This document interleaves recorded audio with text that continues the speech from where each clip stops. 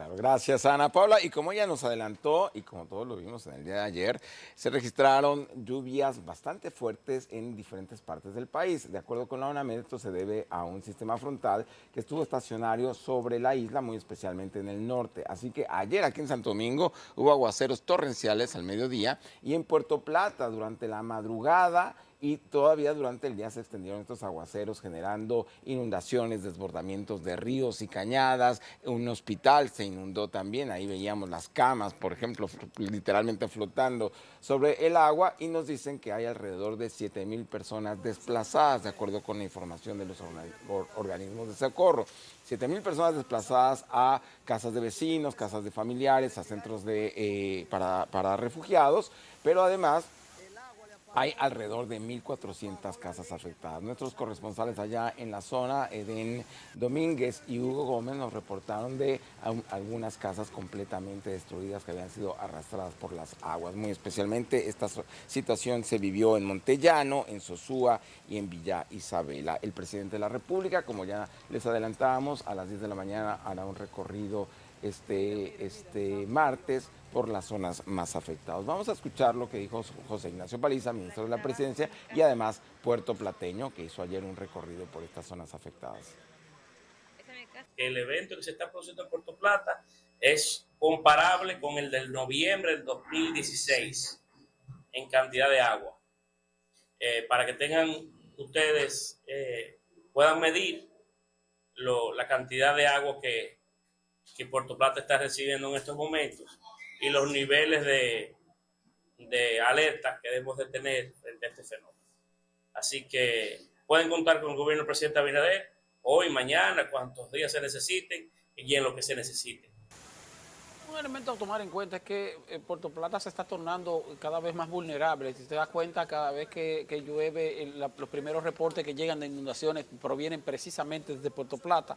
Que no hay que olvidar que es una provincia turística y que lluvias en esta temporada, que se supone que cuando se inicia la temporada alta del turismo en el país, pues es bastante incómodo, no solo por la situación que se presenta para los habitantes de esa zona, sino entonces que también se ve más deprimida en términos económicos porque seguro que pierden algún tipo de presencia de turistas que vienen en busca de sol y se encuentran con aguaceros, inundaciones y el cielo nublado. Entonces muchas veces suspenden vuelos por esa razón.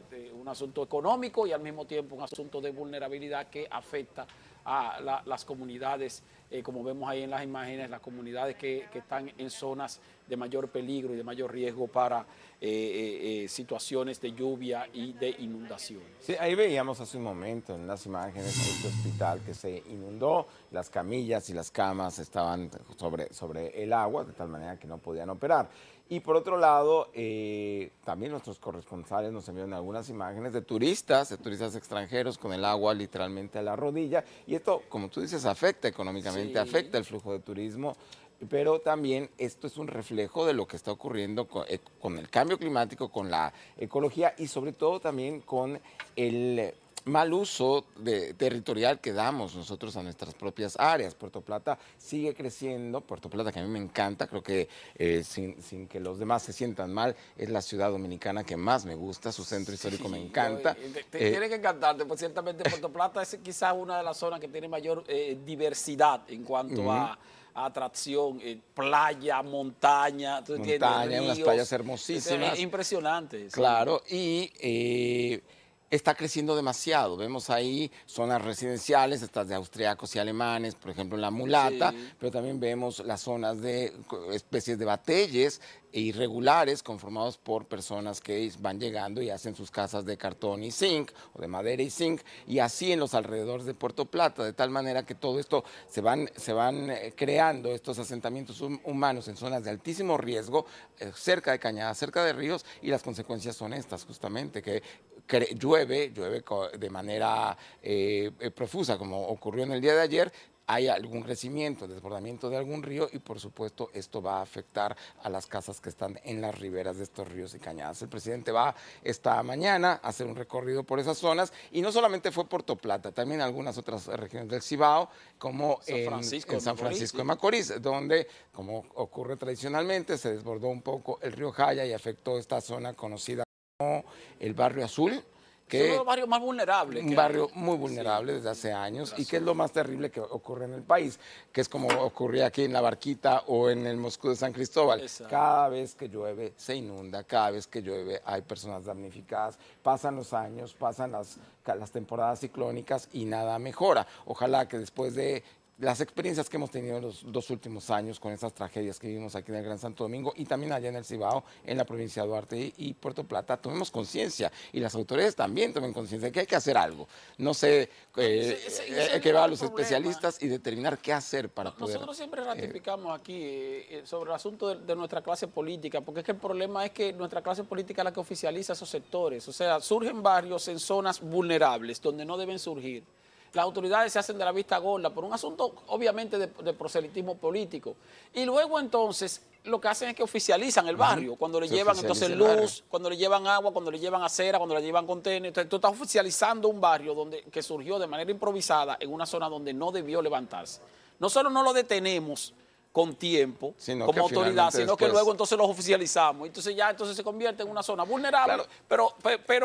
pero que no hay nadie que se le ocurra luego hacer algún tipo de traslado, de movilización de esa comunidad, porque eso sí resulta costoso. Y eso es lo que aquí no se analiza. ¿Cuán costoso resulta trasladar un barrio, o sea, trasladar toda una comunidad? Pero es mucho más fácil evitar que surja ese barrio que vaya creciendo.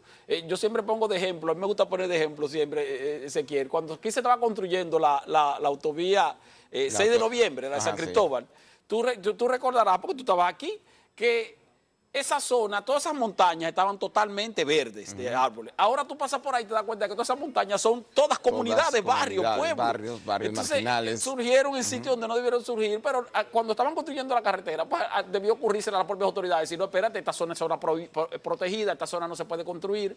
Pero no, al final oficializamos esos barrios y ahí están. Y así ocurre en muchísimos puntos del país, principalmente a las márgenes de los ríos, donde tú tienes barrios que hace 20, 25 años no existían y hoy día están ahí. Como ocurre, ¿Quién lo oficializó? Esteban, el Estado. Con el Domingo Sabio, el barrio Domingo Sabio, que ya sabemos hubo una inversión millonaria de parte de Urbe para trasladar poblaciones que estaban en la margen del río, incluso algunos de ellos que le habían ganado terreno al río, que sobre costales de arena, incluso de basura, construían sus casitas y bueno, los trasladaron. Como no, este proceso de traslado de la zona del Domingo Sabio hacia otras regiones ha permanecido, ha tardado tanto tiempo. Bueno, pues ahora viene la segunda parte del Domingo Sabio, pero ya la gente volvió a ocupar ilegalmente y regularmente lo que ya se había. Y nadie se ocupó de evitar eso. Nadie se ocupó de evitar eso. Entonces, esa es la situación que tenemos. Por eso siempre tenemos sectores que viven en extrema vulnerabilidad y que viven entonces en extremo riesgo cada vez que caen 2 gotas de agua en el país. Vamos a volver a Puerto Plata.